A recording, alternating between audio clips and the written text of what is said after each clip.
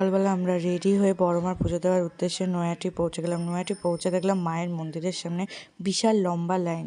আর এই দিনে মায়ের মন্দিরের সামনে দুটো লাইন হয়েছিল, তাই জন্য পুজো দিতে অনেক বেশি সময় লাগছিল। তো আমরা 4টে পর্যন্ত লাইন দিয়ে অবশেষে 4টের সময় মায়ের মন্দিরে প্রবেশ করে শান্তিভাবে পুজো দিলাম।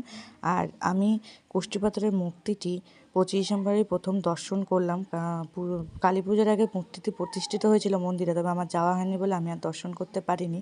আর মায়ের মূর্তিটি পুরো সোনার গহনায় মোড়া ছিল, অপূর্ব দেখতে লাগছিল মাকে। তোমরাও দেখো, অপূর্ব সুন্দর লাগছে মাকে দেখতে। আর আমরা যখন 4টের সময় পুজো দিয়ে মন্দির থেকে বেরোলাম, তখনও প্রচুর মানুষ পুজো দিতে আসছিল। আর মন্দিরের সামনে বিশাল ভিড়ও ছিল। এর বড় ভিডিওটা আমার চ্যানেলে পেয়ে যাবে, অবশ্যই গিয়ে দেখে এসো।